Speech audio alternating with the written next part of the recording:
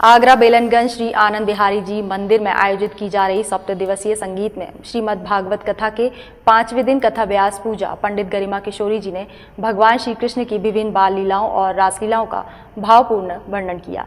भक्तों को भगवान श्री कृष्ण की मनोरम झांकी का अवलोकन कराया।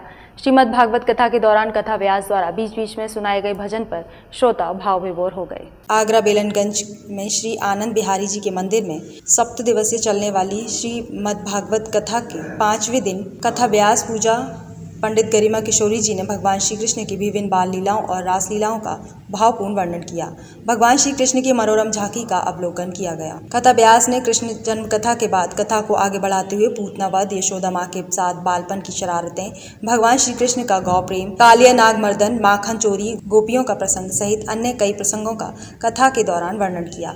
कंस का आमंत्रण मिलने के बाद भगवान श्री कृष्ण बड़े भाई बलराम जी के साथ मथुरा को प्रस्थान करते हुए श्रीमद् भगवत कथा के दौरान कथा व्यास द्वारा बीच बीच में सुनाए गए भजन पर श्रोता भाव विभोर हो गए।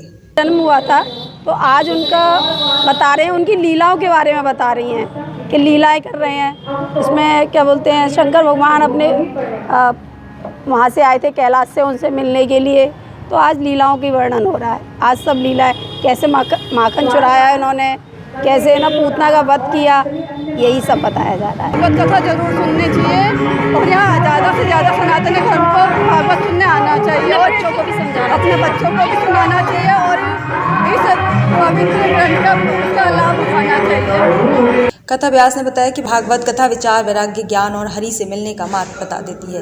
कलयुग की महिमा का वर्णन करते हुए कहा कि कलयुग में मानस पुण्य तो सिद्ध होते हैं परंतु मानस पाप नहीं होते। कलयुग में हरि नाम से ही जीव का कल्याण हो जाता है। कलयुग में ईश्वर का नाम ही काफी है।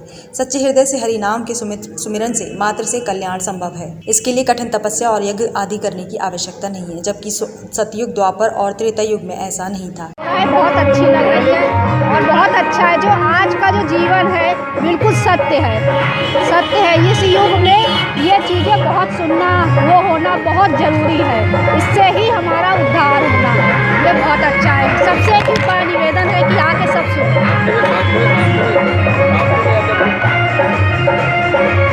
और क्या वैसा कहना चाहते जनता, क्या आप लोग जनता से क्या अपील करना चाहोगे भागवत कथा के लिए? कि बहुत अच्छी चीज़ें हैं, अच्छी चीज़ों को हमें स्वीकार करना चाहिए।